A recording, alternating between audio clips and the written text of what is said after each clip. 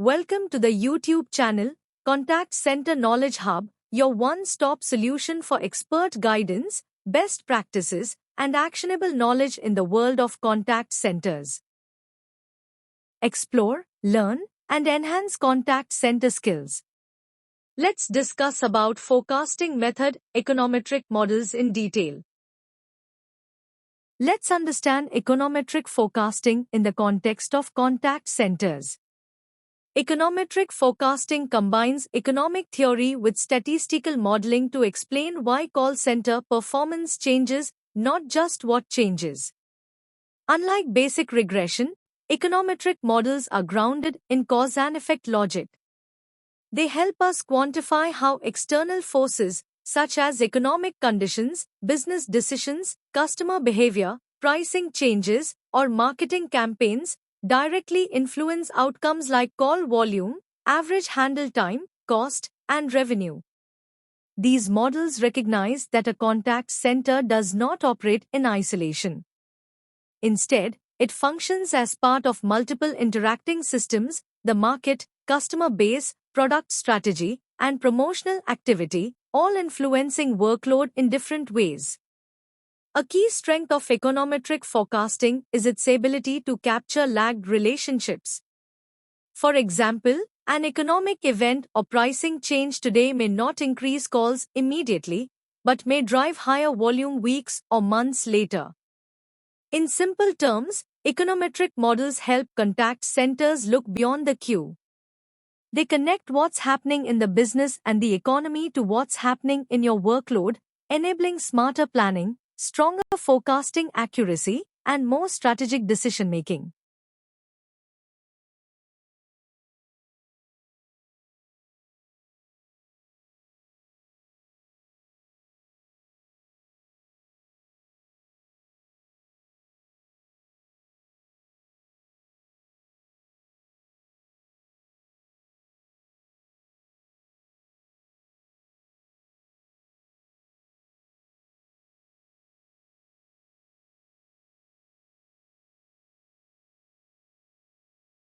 Now let's look at the core principle of an econometric model.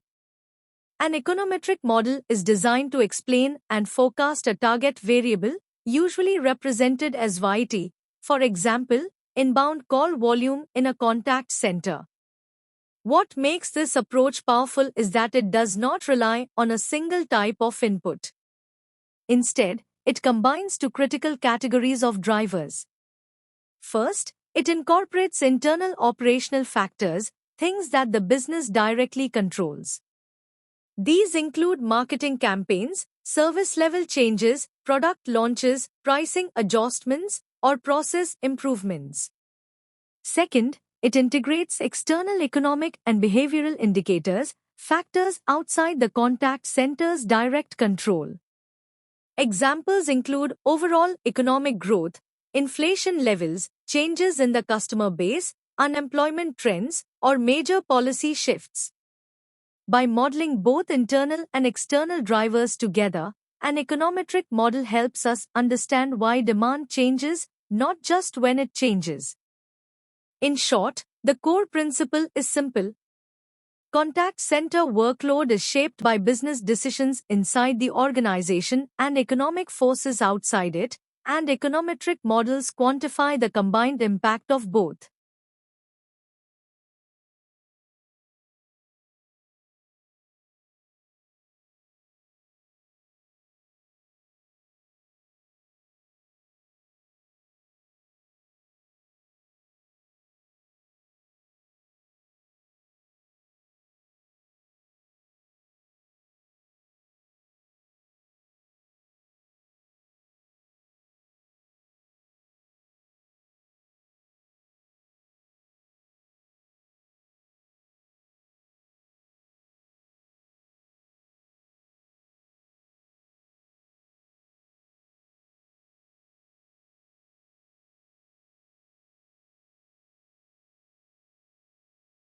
Now let's break down the econometric model formula used in forecasting.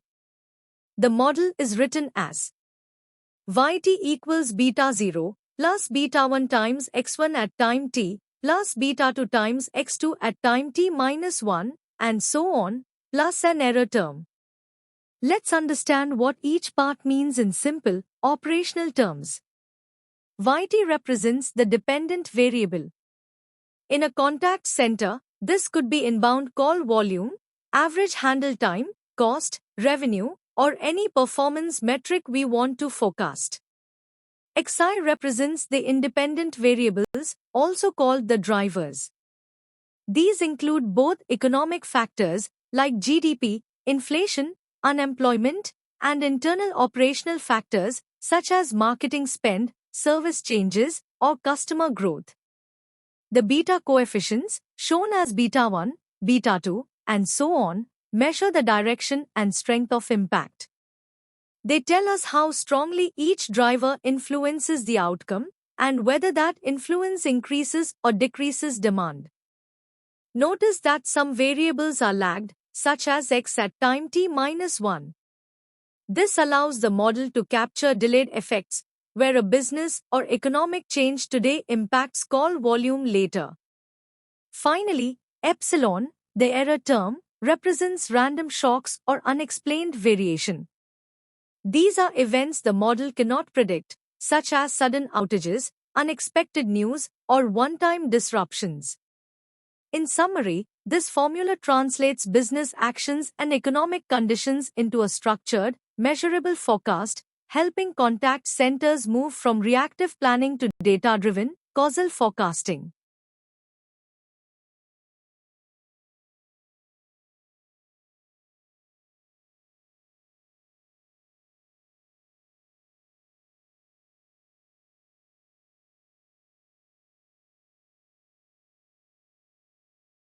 Now let's clearly differentiate regression from econometric modeling. Traditional regression focuses primarily on identifying a statistical relationship between variables. It answers the question, what factors are associated with changes in call volume? Econometric modeling goes a step further. It combines economic theory with statistical techniques, ensuring the relationships in the model make business and economic sense, not just mathematical sense. When it comes to drivers, regression models typically rely on internal factors such as staffing levels, handle time, or recent volume patterns. Econometric models, however, incorporate both internal drivers and external macro factors like economic growth, inflation, unemployment, or policy changes. The key difference lies in logic. Regression identifies correlation, variables that move together. Econometrics emphasizes causation and structural logic, understanding why those variables move together. This leads to different use cases. Regression helps answer, what drives volume? Econometric models answer a more strategic question, how will changes in business strategy, economic conditions, or policy decisions impact volume in the future? Finally, the model structures differ. Regression typically uses linear or polynomial forms. Econometric forecasting expands into simultaneous equation models, distributed lag models, and advanced systems like vector autoregression and vector error correction models.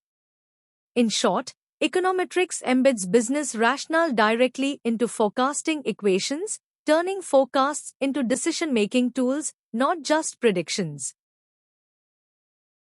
Now let's review the most common econometric models used in call centers and what each one is best suited for. First, we have the single equation regression model. This is the simplest structure. One outcome variable is predicted using multiple drivers. For example, we model call volume equals a function of marketing activity, unemployment, and seasonality. This is ideal when you want a clear, straightforward explanation of what drives demand. Next is the distributed lag model.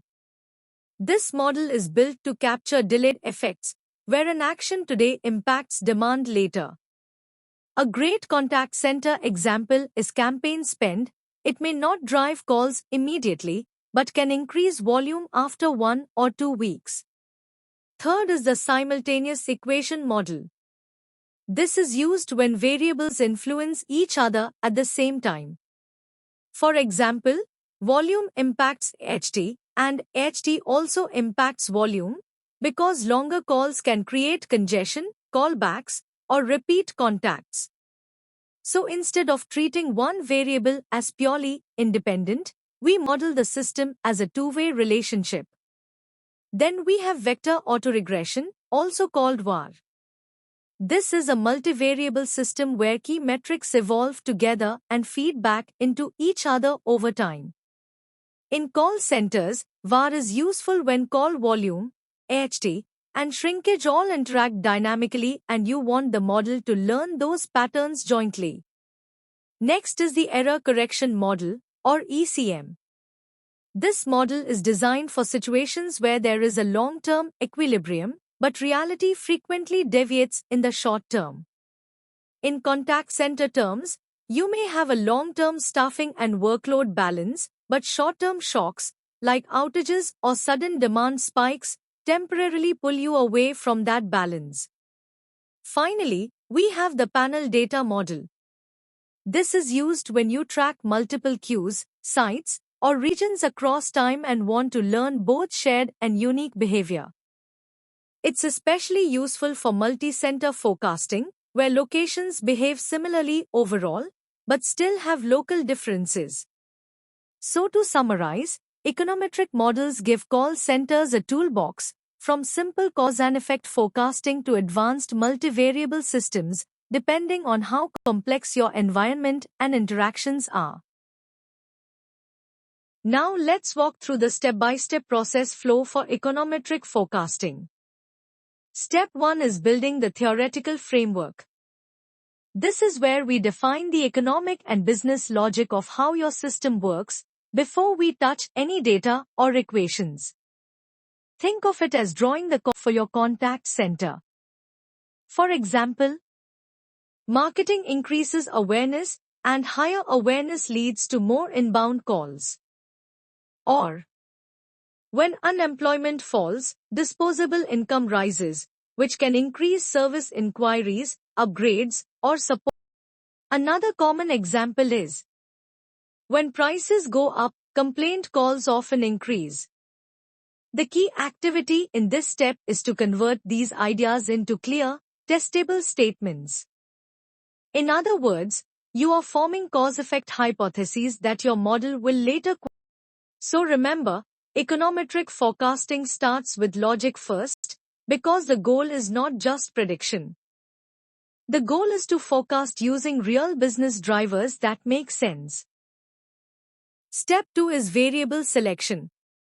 At this stage, we decide which predictors belong in the econometric model, and just as importantly, which ones do not. A strong econometric model always includes both internal and external drivers. On the internal side, we look at factors the business can directly influence. These include the size of the customer base, marketing campaigns, new product launches, adoption of self-service channels, and staffing or operating changes. On the external side, we include broader economic and behavioral indicators. Common examples are GDP growth, inflation, unemployment levels, interest rates, seasonality, consumer sentiment, and digital penetration rates. The critical rule here is logic before statistics. Every variable you include must have a clear, defensible reason for influencing the target variable, such as call volume or AHT. We are not adding variables just because they show correlation in the data. We include them because they represent real-world drivers that affect customer behavior. So remember, in econometric forecasting, variable selection is not about fitting the best curve. It's about building a model that reflects how the business and economy actually work. Step 3 is data collection and preparation. Once the variables are defined, the next step is to make sure the data is clean, aligned, and model-ready. First, we align data frequencies. All variables must operate on the same time scale, whether that's weekly, monthly, or quarterly. For example, you cannot directly model monthly call volume using quarterly GDP data without proper alignment or conversion. Next, we introduce lags where impact is delayed. Many economic and business drivers do not affect call volume immediately. A marketing campaign, a pricing change, or an economic shift may influence demand after one or more periods. Lagging variables allows the model to capture this real-world delay. Then we apply data transformations to stabilize behavior and improve model reliability. Common transformations include logarithms, percentage changes, or growth rates. These help control volatility, reduce scale differences, and ensure the model responds proportionally rather than erratically. In summary, this step is about preparing the data so the model reflects how effects unfold over time. Clean data in, stable relationships out. Strong econometric forecasts are built not just on good theory, but on disciplined data preparation. Step 4 is model estimation. At this stage, we translate our theory and prepared data into a working econometric model. We use statistical tools or software such as R, Python, eViews, SPSS, or even Excel add-ins to estimate the model. These tools apply mathematical algorithms to calculate the model parameters. The key outputs here are the beta coefficients. Each beta value quantifies how strongly and in what direction a specific variable affects the target metric, such as call volume or average handle time. Most single equation models are estimated using ordinary least squares, or OLS. OLS finds the set of coefficients that minimizes the difference between actual values and the model's predictions. However, when variables influence each other, as in simultaneous systems like volume and HT affecting one another, OLS alone may not be sufficient. In these cases, we use two-stage least squares, which corrects for interdependence between variables and produces unbiased estimates.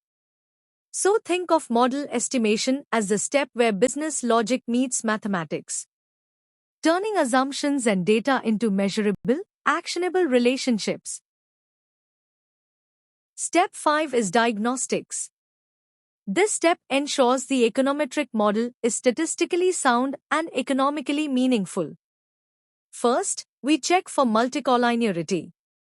This happens when two or more predictors move together too closely, for example, marketing spend and campaign count. Highly correlated drivers distort coefficient estimates, so we remove, combine, or restructure them. Next, we test for autocorrelation and stationarity. Autocorrelation means errors are related over time, which can weaken forecast reliability. Stationarity ensures the data behaves consistently over time. Common tools here include the Durbin-Watson test for autocorrelation and the augmented Dickey-Fuller test for stationarity. Finally, we validate economic consistency. The model must align with real-world logic. If prices increase, demand or satisfaction-related calls should typically decrease, not increase. If the signs or magnitudes of coefficients contradict theory, the model needs to be revisited. In short, diagnostics act as the quality control checkpoint. A good econometric model is not just statistically correct. It must also make economic and business sense. Step 6 is forecasting and scenario simulation. This is where econometrics becomes extremely valuable for contact center planning because we move from explanation to forward-looking decision support. First, we generate the forecast by plugging in future or planned values of key drivers. For example, we may use next quarter's planned marketing spend, projected customer base growth, or expected GDP and inflation trends. Using those inputs, the model projects the next period outcome, y at time t plus 1, such as next month's inbound call volume, AHT, or cost. But the real power comes from scenario simulation, also called what-if analysis. Here, we intentionally change one or more drivers and observe how the forecast responds.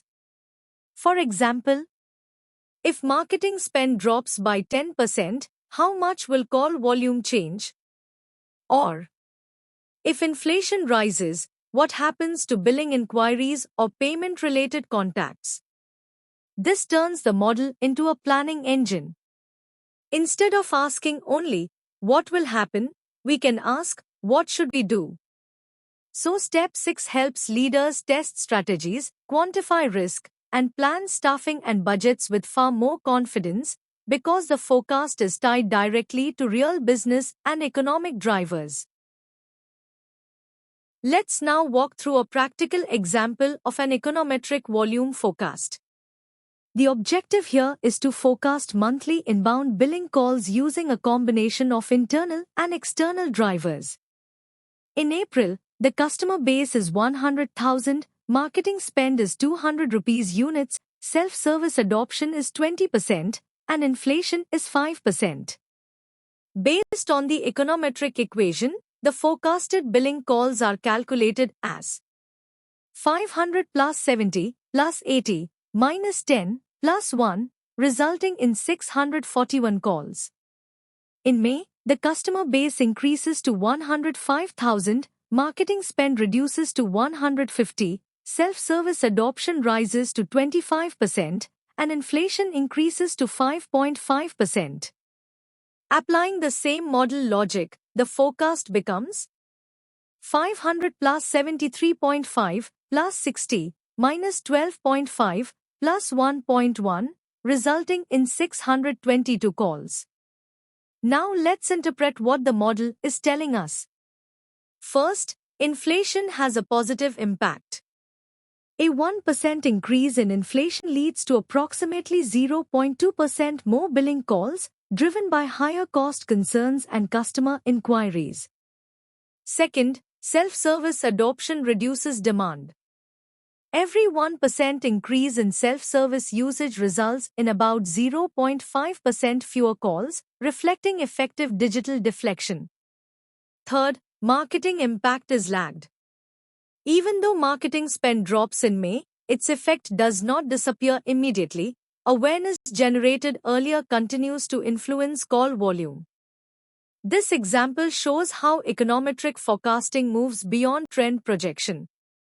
It explains why volume changes, how much each driver contributes, and what will happen when business or economic conditions shift. Let's close by understanding why econometric forecasting truly matters in call centers. First, it connects business strategy with operations. Econometric models link marketing activity, economic conditions, and customer behavior directly to call demand, ensuring forecasts reflect what's really driving workload. Second, it enables scenario planning. Leaders can test what-if situations, such as new campaigns, pricing changes, or macroeconomic shifts, and clearly see how each scenario impacts call volume, staffing, and cost. Third, econometric forecasting supports financial alignment. By tying workload forecasts to economic and business drivers, call volumes can be directly linked to cost structures, budgets, and profitability planning. Fourth, it improves policy sensitivity.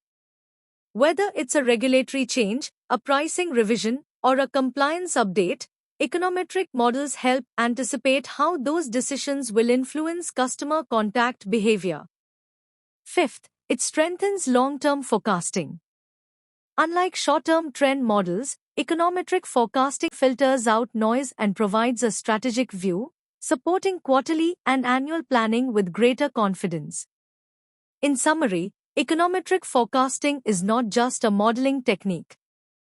It's a strategic decision support tool, widely used by workforce management, finance, and customer experience leaders to justify staffing plans, budgets, and operational strategy. Now let's look at practical applications of econometric forecasting in call centers across different business domains. First, inbound volume forecasting. Here, we model demand as a function of both internal and external drivers. For example, volume equals customer base, campaign spend, inflation, and unemployment. This helps forecast workload based on real business conditions, not just historical patterns. Second, complaint call forecasting. Complaint volume often rises due to structural triggers. So we model complaints equal price index changes, service outages, and regulatory policy shifts. This is especially useful for predicting spikes after tariff revisions, outages, or compliance changes. Third, revenue forecasting through contact behavior. For instance, billing inquiries and payment-related contacts can be modeled as billing inquiries equal customer growth, GDP movement, and interest rate changes. This helps connect customer contact patterns to revenue timing and collections behavior. Fourth, attrition and shrinkage modeling. Workforce stability is strongly influenced by external labor market conditions. So we model agent attrition equals an economic opportunity index and wage inflation. This supports hiring plans, retention strategy, and shrinkage forecasting with external market awareness. Finally, omnichannel demand split. To understand how demand shifts between voice and digital channels, we model chat versus voice share equals digital adoption and internet penetration. This helps predict channel migration, capacity needs, and the right staffing mix. So the takeaway is simple: econometric modeling is not limited to volume alone. It can forecast demand, complaints, revenue-related contacts, workforce behavior, and channel mix, all using real-world drivers that leadership can plan around. Finally, let's understand the limitations of econometric forecasting and how to manage them. First, econometric models are data-intensive. They require reliable internal operational data as well as accurate macroeconomic indicators. Without consistent data quality, model results can become unstable. Second, interpretation can be complex. Econometric forecasting requires a solid understanding of both statistics and economic logic. Unlike simple trend models, these results must be interpreted carefully to avoid misinformed decisions. Third, there is lag structure uncertainty. Determining how long it takes for a driver, like marketing spend or economic change, to affect call volume often requires testing multiple lag scenarios. This experimentation is necessary but time-consuming. Fourth, econometric models are sensitive to structural breaks. Major disruptions such as policy changes, regulatory shifts, or pandemics can fundamentally alter historical relationships, making past models temporarily unreliable. Fifth, econometrics is not ideal for short-term scheduling. It is designed for strategic and tactical forecasting, not day-to-day or intraday workforce adjustments. That's why the best practice is model combination. Econometric models provide strategic direction, while time series or AI-based models deliver short-term precision. Used together, they create a forecasting framework that is both intelligent and operationally practical. Let's now compare econometric forecasting with other commonly used forecasting approaches in call centers. We'll start with simple and moving average models. These methods capture basic trends over time, but they do not handle seasonality or external drivers. They are best suited for identifying simple patterns in stable environments. Next are ARIMA and SARIMA models. These models do a strong job capturing trend and seasonality by learning from historical data and autocorrelation patterns. However, they remain inward-looking, they do not explicitly incorporate external business or economic drivers. Now let's look at econometric forecasting. Econometric models capture trend and seasonality, just like time series models, but they also integrate external drivers such as marketing activity, economic conditions, pricing, or policy changes. Their primary focus is external causation, understanding why demand changes, not just when it changes. Finally, we have AI and machine learning hybrid models. These models can capture trend, seasonality, and external drivers, and they also handle nonlinear relationships and complex interactions. Their strength lies in discovering patterns at scale, especially when large volumes of data are available. So, how do these approaches fit together? Think of econometric forecasting as the bridge. It connects classical statistical modeling with modern AI-driven approaches by grounding forecasts in real-world business and economic logic. In short, econometrics brings explainability and causation, while AI adds adaptability and scale, and together, they form a powerful forecasting ecosystem. Now let's look at the role of AI and automation in modern econometric forecasting. AI and data science don't replace econometrics, they extend and strengthen it. First, AI enables autovariable selection. Instead of manually testing dozens of predictors, machine learning algorithms rank variables by importance and surface the drivers that matter most. Second, we now see hybrid econometric machine learning models. For example, techniques like XGBoost are combined with regression-based econometric structures.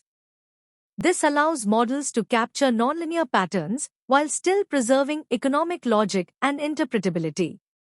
Third, AI supports dynamic lag detection. Rather than assuming a fixed delay, AI models can learn how long after a campaign or policy change a call surge actually occurs and adjust lags automatically as behavior evolves. Fourth, automation enables real-time recalibration. As relationships between variables shift, AI continuously updates coefficients, keeping the model aligned with current business realities instead of static historical patterns. Fifth, AI simplifies external data integration. Macroeconomic indicators like GDP, inflation, or digital adoption rates can be automatically pulled via APIs and fed directly into the forecasting pipeline. Let's look at a practical example. AI detects that inflation sensitivity on call volume doubled during a price hike. The system immediately adjusts the model coefficients, allowing forecasts and staffing plans to reflect the new reality without manual intervention. In summary, AI transforms econometric forecasting from a periodic analytical exercise into a living, adaptive decision system, combining economic reasoning with real-time intelligence. Let's conclude with the economic and strategic implications of econometric forecasting. First, it enhances budgeting and capacity planning accuracy. By linking workload directly to business and economic drivers, organizations can plan staffing and budgets more accurately, even when demand is volatile or uncertain. Second, econometric forecasting enables smarter client pricing models. For example, billing call volumes can be explicitly tied to inflation or economic conditions, allowing pricing structures that reflect true economic exposure rather than flat assumptions. Third, it supports investment decisions. Whether evaluating automation ROI, self-service expansion, or channel migration, econometric models quantify how these initiatives will affect demand, cost, and performance over time. Fourth, it quantifies economic risk. The model can simulate downturns or growth spurts and predict their impact on cost, staffing requirements, and service levels, helping leaders prepare before disruptions occur. In essence, econometric forecasting transforms data into strategic foresight. It moves organizations from reactive management to proactive planning, using evidence, logic, and economics to guide decisions. Simply put, econometric forecasting is data-driven business foresight. Let's now review the key diagnostic metrics used in econometric forecasting and why each one matters. First, R-squared and adjusted R-squared. These metrics tell us how much of the variation in the target variable, such as call volume, is explained by the model. Adjusted R-squared is especially important because it accounts for the number of predictors used. Next is the Durbin-Watson statistic. This metric helps detect autocorrelation in the residuals, meaning whether model errors are related over time. Low or high values signal that the model may be missing important time dynamics. Then we look at t-statistics and p-values. These measure the statistical significance of each driver. They help determine which variables truly influence the outcome and which can be removed without losing explanatory power. Another critical set of metrics is AIC and BIC, the Akaike and Bayesian information criteria. These are used to compare models, balancing goodness of fit against complexity. Lower values indicate a more efficient and reliable model. Finally, we evaluate elasticity. Elasticity translates coefficients into business language by showing the percentage change in the outcome for a 1% change in a driver. This is especially valuable for scenario planning and executive communication. In practice, analysts use these diagnostics together. The goal is not just statistical validity, but ensuring the model reflects sound economic and business logic. Now let's look at how econometric models are combined with other forecasting approaches to create more powerful hybrid systems. The first hybrid type is Aramax or Surimax. This approach extends traditional ARIMA models by adding external regressors such as marketing spend, economic indicators, or policy changes. It blends strong time series structure with econometric drivers, making it ideal when history and external causation both matter. The second approach is dynamic regression. Here, we use regression with lagged residuals. This allows the model to capture persistence from the past while still explaining demand through causal drivers. It's especially useful when call volume shows momentum that simple regression cannot fully explain. The third category is the econometric plus machine learning hybrid. In this setup, econometric models provide the interpretable, theory-driven foundation, while machine learning algorithms learn nonlinear extensions and complex interactions that traditional models may miss. This is valuable in environments with highly dynamic customer behavior or rapid channel shifts.